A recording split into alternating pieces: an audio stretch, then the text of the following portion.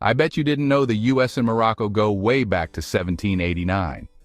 In 1786, Morocco and the US signed a treaty of peace and friendship. George Washington himself wrote to Sultan Mohammed III in 1789, thanking him for recognizing America's independence. This treaty protected American ships from pirates and started the longest unbroken treaty in US history. Who knew diplomacy could be so exciting, right? Let's get more into it. The Treaty of Peace and Friendship refers to a variety of agreements between nations, but one notable example is the Moroccan-American Treaty of Peace and Friendship, signed in 1786. This treaty established diplomatic and commercial relations between the United States and Morocco, and was signed by Moroccan Sultan Mohammed III and the United States. In 1789, George Washington, the first president of the United States, wrote a letter to Sultan Mohammed III of Morocco. The letter expressed gratitude for the Sultan's important mark of your friendship, and reaffirmed the U.S.'s commitment to maintaining friendly relations with Morocco. Washington also mentioned the recent establishment of the U.S. government and the transition from the Continental Congress to the new Constitution. Washington expressed his thanks for the Sultan's previous actions of friendship towards the United States. The letter acknowledged the formal recognition of U.S. independence by Morocco, which was the first major nation to do so. Washington explained the recent transition of the U.S. government from the Continental Congress to the new Constitution. Washington assured the Sultan that he would continue to promote measures that would further strengthen the friendship and harmony between the two nations. Washington mentioned the upcoming assembly of the new national legislature, which would be responsible for maintaining and conducting the correspondence between the two countries. Washington expressed high respect and admiration for the Sultan's wisdom, benevolence, and magnanimity. Washington expressed optimism for the young nation's growth and ability to become a useful friend to Morocco. While several treaties were signed in Paris throughout history, they all directly involved the Moors. The Treaty of Peace and Friendship between the United States and Morocco, signed in 1786, addressed concerns related to the Moroccan Empire and the protection of American citizens. Why would Moroccans be concerned with protecting American citizens? Who are the real American citizens? Are they a part of the Moroccan Empire, the righteous Moors or dirty Moors? Keep in mind, citizens translates out to subjects you know, and the Native Americans weren't citizens. So, who were these American citizens? America is separate from the 13 colonies, which became known as the United States of Business. That's going out of business. The 13 colonies were businesses, companies, who had leasing agreements with the Moors from Britain to work and sharecrop conquered land which was stolen by the dirty Moors from the Native Americans. Some of these companies were the Dutch East India Company, VOC, the Danish East India Company, and the French East India Company. Modern examples include companies like Royal Dutch Shell, which operate globally and influence national policies. This treaty was negotiated after the American Revolutionary War and is considered the longest unbroken treaty in U.S. history. Protection of American citizens who were Moors, not natives. Keep in mind, some of the Native American tribes were mixed with Moors, making them Moors by blood as well. The Treaty of Peace and Friendship stipulated that if any Moroccan, Moor, who lived in America, was an American citizen or their property into the Moroccan Empire, they would be immediately set free and their effects restored. They are not to be mixed or treated as people who gave up or was robbed for their birthrights or slaves by prisoners of war. Resolution of issues related to the Barbary states. The Barbary Coast were the coastal regions of Central and Western North Africa, more specifically, the Maghreb and the Ottoman borderlands, consisting of the regencies in Algiers, Tunis, and Tripoli, as well as the Sultanate of Morocco from the 16th to 19th centuries. The term originates from an exonym for the Berbers. Barbary pirates were Moors, Muslim corsairs, privateers, or naval mujahideen who operated from the Barbary states of North Africa, primarily in the Mediterranean Sea and Atlantic Ocean. They were known for raiding merchant ships, capturing individuals for ransom or enslavement, and attacking coastal towns and villages. Barbary pirates operated under the patronage of North African rulers who often encouraged privateering as a source of revenue. Their primary activities included seizing merchant ships, plundering goods, capturing individuals for ransom or enslavement, and raiding coastal towns. They operated primarily in the Mediterranean Sea, but also extended their reach into the Atlantic, as far north as Iceland. Barbary pirates played a significant role in the Mediterranean slave trade, and their activities led to conflicts with Moorish European powers, including the First Barbary War with the United States. These treaties established diplomatic relations and often involved payments of tribute or military actions to ensure the safety of American ships and crews in the Mediterranean. This directly reduced the risk of Americans, including white individuals, being captured and enslaved.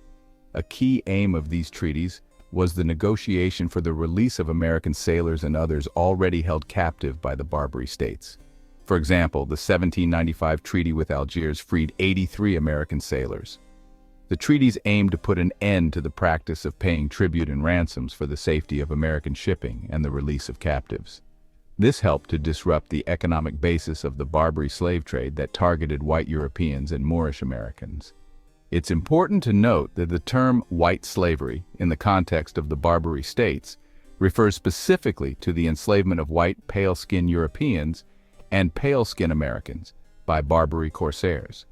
This phenomenon was distinct from the racially based chattel slavery of Native Americans and Africans in the Americas.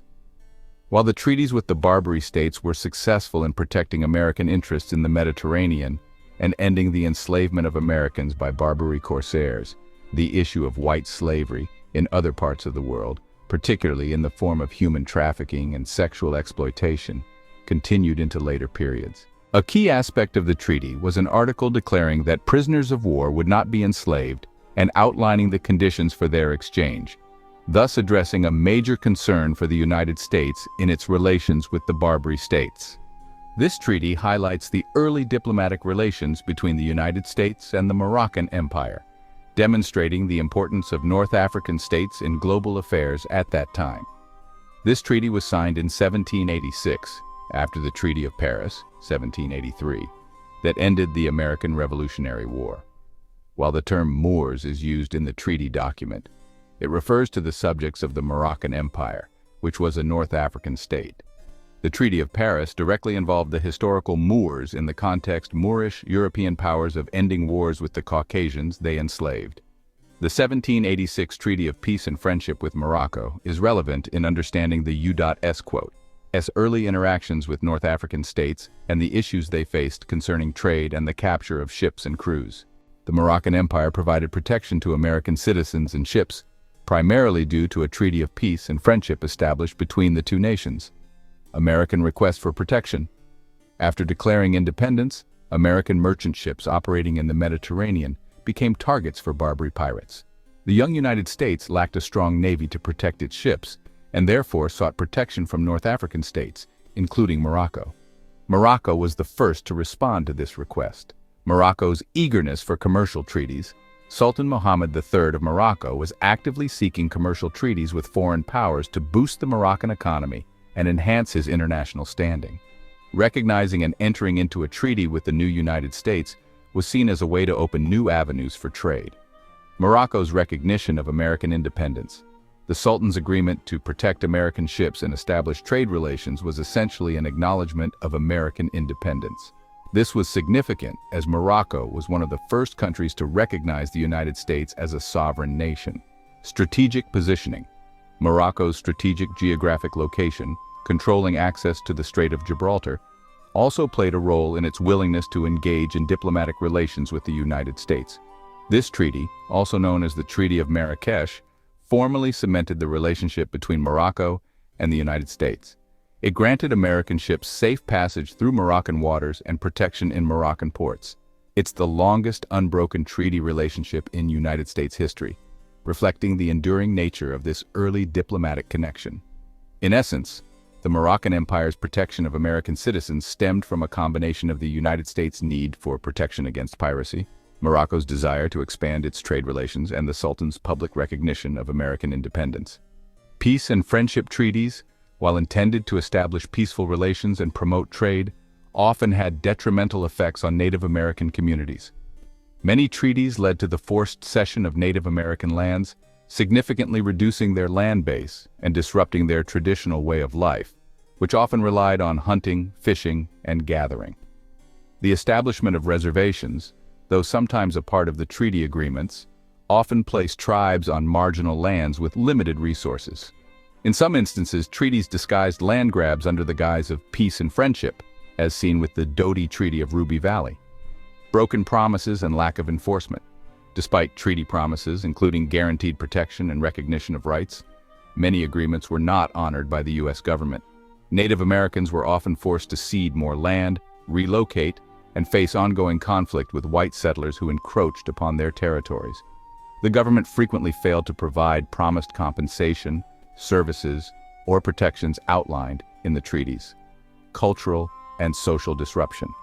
The forced adoption of Euro-American lifestyles and economies was often a hidden agenda in these treaties, aiming to dismantle traditional Native American practices and identities. The imposition of private property systems, for instance, undermined communal land ownership and social structures. Forced assimilation policies and the boarding school system further contributed to the erosion of cultural identities, languages, and family bonds.